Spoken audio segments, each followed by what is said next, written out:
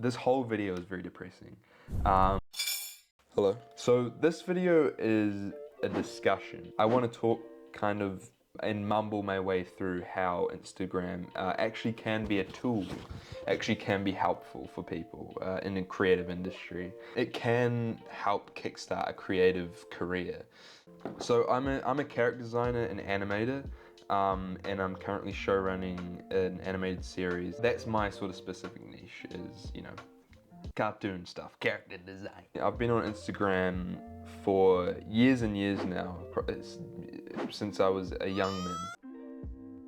I have almost 1,500 posts, and at the time of recording, I have 29,679 followers. So those have been very long years of building up an audience, and it's this tedious thing of trying to bring people to your page, see your work. So I just kind of want to talk about what I've learned so far, and I'm still, you know, posting on there and still engaging, and how it's brought me opportunities, or how it's had a hand in bringing me opportunities and helping with that.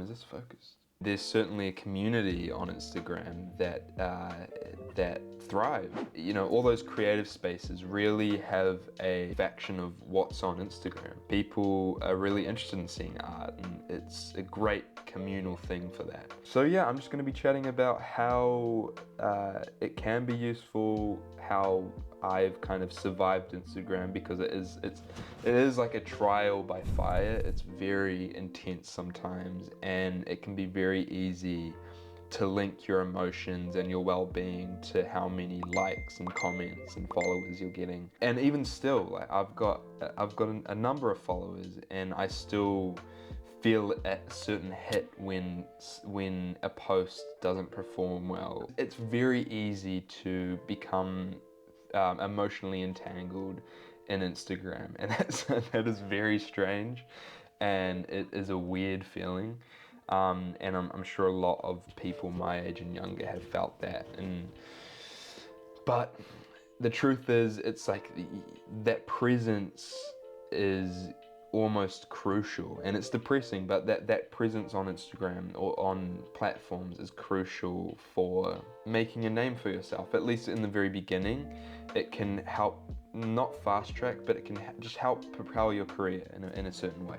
I don't know, it's very strange, but let's get into it. So there was a long period of time a couple of years ago where I was posting every single day. I'd do one post a day, and I would be very precise with it. So I'd post at 10 a.m. every day. It's getting reps in, it's keeping very constant, it's making sure everyone knows that I'm alive. It does really take a toll after a while, especially because just because you're posting every day doesn't mean your audience or your engagement snowballs.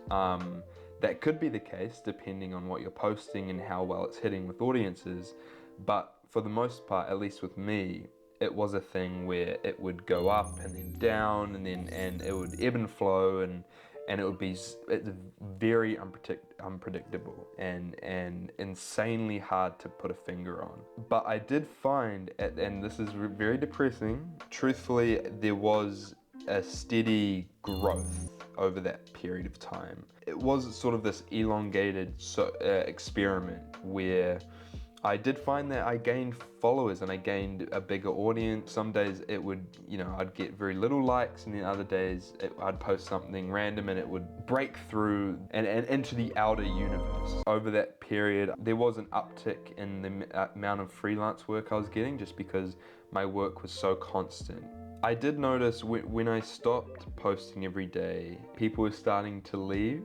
And I saw that number slowly start to tick down, not dramatically at all. What better way to start an Instagram account than to be very consistent with it? And it takes a lot of energy, but you can just, you know, it's a certain amount of, you know, pushing through the bad days and breaking through to a good day.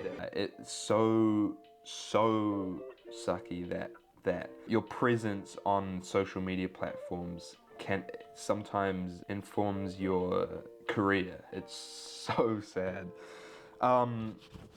But I found you have to really keep your finger on the pulse of the audience because it can be very fickle and, you know, at a whim they can decide to disengage and unfollow, all that sad stuff. And so make sure you're checking in on what they're enjoying, what people want to see, and it can be a slippery slope. You don't want to just be an audience pleaser because that just, you know, that sort of work becomes boring. There is something to be said about making sure that you're on the same sort of page. If you post something that doesn't really connect with your audience, maybe try to shift away from that. If you can see a noticeable difference in terms of engagement, move away from it and try something different and pivot. Keep an eye on what they're reacting to, and maybe, you know, that's being creative about how you're repackaging that into something new, how you're trying different crap. It's such a roller coaster to figure out what audiences like and what people on Instagram are looking for. So for example, in my case, I realized that style drawings get a lot of attention. And what I mean by that is it's one character, let's say Mario, and he's in the style of SpongeBob, he's in the Rick and Morty style, and he's in the Simpsons style, and you line them all up. And I draw them and line them all up, post them, people love it, they eat it up like crazy. And then, so I kept going with that and running down that line, and people were bloody loving it, and it got me a whole lot of attention. And then I kind of just sort of fell out of love of doing that. I kind of tried to capitalize on those posts, and, you know, I did a Barbie one and that went crazy, and people yeah, it was just like current shit, and making stuff that ages like milk. People love it, which is so sucky. It's like, you know, I'll draw, I actually did this. I drew Dexter and Dee Dee as Oppenheimer and Barbie, and it's like, what? I don't know. Instagram makes you some weird crap, some weird. Make sure you're posting stuff that isn't completely selling out. There has to be a level of awareness. So yeah, it's a balance of gaining audience, selling out. It's very hard to balance those two components. There's a very large community of artists and creatives on Instagram, and it's lovely to be a part of that. It's kind of, yeah, give and take, and you know, it's nice to see something like art thriving. There's a huge potential for being inspired, and I'm inspired by Instagram a lot of the time. This is the depressing video. The truth is, the people that make decisions in the industries that us creative people work in or aim for create their decisions off the back of clout, and whether that's good or bad or unfair and disadvantaged. It's a very strange world to live in when you're, you know, for example, in my case, you'd pitch a TV show, and part of that pitch deck, a couple slides at least, filled with, you know, the statistics and graphs from Instagram. It should be about the project, should be about the, you know, the artistry behind whatever it is you're trying to sell. It's just, I don't know, it's the way the world works now.